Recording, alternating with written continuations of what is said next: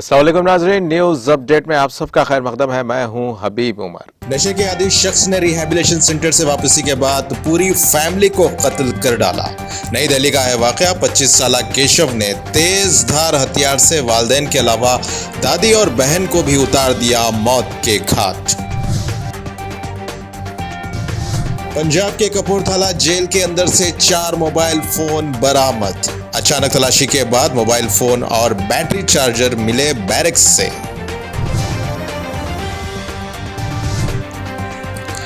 Social media پر مشہور جلندھر کے کپل پر guns کا مظاہرہ کرنے پر ہوا مقدمہ درج۔ یہ بندوقیں نقلی تھیں۔ روپ کور اور سہاج اروڑا نے پیش کی اپنی صفائی۔ پولیس کی تحقیقات ہیں جاری۔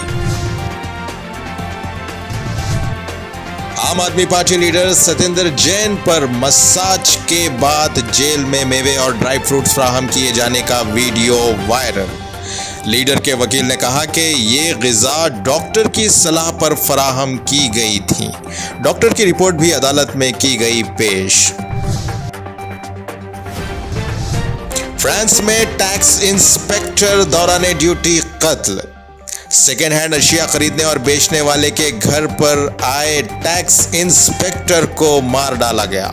انسپیکٹر کے علاوہ ڈیلر کی لاش بھی گھر سے ہوئی برآمد۔ معاملے کی جانچ جاری ہے۔ ایلون ماسک کی دولت میں 2022 کے دوران $100 ارب کی کمی۔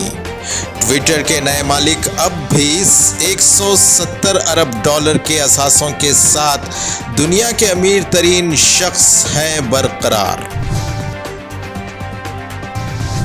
ایران کو جواب دینے کے لیے امریکہ اور اسرائیل کا فوجی مشقوں پر غور۔ اسرائیلی چیف آف اسٹاف ایویو کوچیوی اور امریکی chief joint chief of staff general mark ملی کے درمیان ملاقات میں ایئر فورس کی مشقیں کرنے پر کیا گیا تبادلہ خیال۔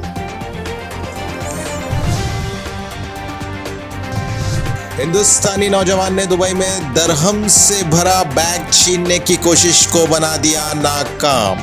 جرات مندی کا مظاہرہ کرنے پر ہندوستانی نوجوان کو اعزاز سے نوازا گیا۔